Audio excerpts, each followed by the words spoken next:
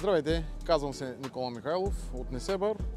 От 10 години използвам LS XR50 и нямам никакви забележки.